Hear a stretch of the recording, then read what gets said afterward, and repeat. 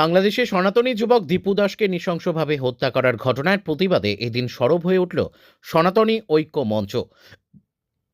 বুধবার সকাল প্রায় 11টা নাগাদ বসিরহাটের ভারত বাংলাদেশ সীমান্তবর্তী ঘোজাডাঙ্গা স্থলবন্দরের ওল্ড সাতক্ষীরা রোড অবরোধ করে বিক্ষোভ কর্মসূচি শুরু করে সংগঠনের বসিরহাট শাখার সদস্যরা।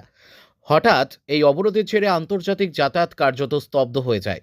ভারত থেকে বাংলাদেশগামী পণ্যবাহী ট্রাকের দীর্ঘ সারি পড়ে যায় রাস্তায়। চরম ভোগান্তির মুখে পড়েন চালক ও শ্রমিকরা। বিক্ষোভকারীদের হাতে ছিল প্রতিবাদী প্ল্যাকার্ড ও ব্যানার। বাংলাদেশের সংখ্যালঘু হিন্দু সম্প্রদায়ের ওপর ধারাবাহিক নিপীড়ন, মন্দির ভাঙচুর, বাড়িঘর লুট ও প্রাণনাশের অভিযোগ তুলে ক্ষোভ উগরে দেন তারা। সংগঠনের বক্তব্য, দীপু দাস হত্যাকাণ্ড শুধু একটি বিচ্ছিন্ন ঘটনাই নয়, বরং বাংলাদেশে হিন্দুদের ওপর চলা নির্যাতনের ভয়াবহ উদাহরণ। যেভাবে প্রকাশ্যে একজন সনাতনী যুবককে পিটিয়ে ও পুড়িয়ে হত্যা করা হয়েছে তা মানবতাকে লজ্জিত করেছে বলে দাবি করেন বিক্ষোভকারীরা। সনাতনী ঐক্য মঞ্চের সদস্যরা অবিলম্বে দীপু দাস হত্যাকাণ্ডের সঙ্গে জড়িত দোষীদের দৃষ্টান্তমূলক শাস্তির দাবি জানান। পাশাপাশি বাংলাদেশের অন্তর্বর্তী সরকারের ভূমিকা নিয়েও প্রশ্ন তোলেন তারা।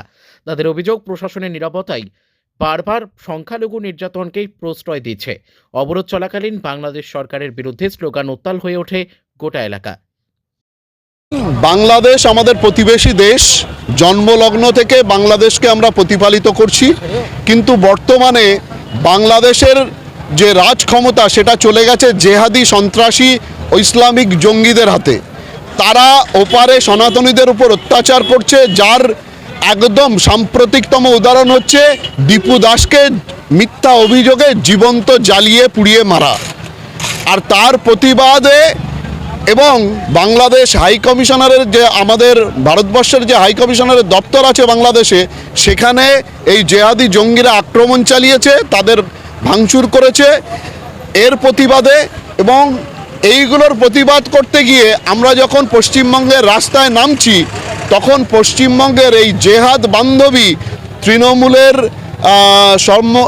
সম্রাজ্ঞী মমতা ব্যানার্জির নেতৃত্বাধীন যে সরকার এই পশ্চিমবঙ্গে চলছে, তার পুলিশ নৃশংসভাবে আমাদের উপর লাঠিচার্জ করেছে।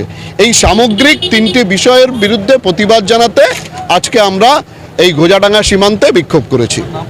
সুকল্যাণ বৈদ্য।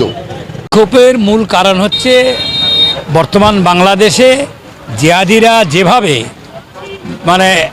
আমাদের সনাতনীদের দীপু দাস তার উপর অত্যাচার করেছে, নৃশংসতম অত্যাচার।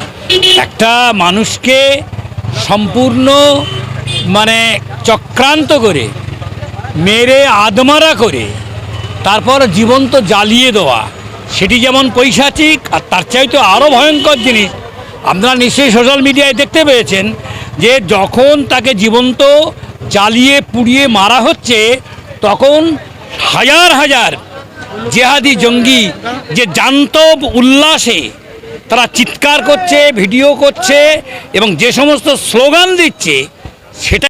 বসিরহাট থেকে প্রদীপ সরকারের রিপোর্ট, বিগ নিউজ বাংলা।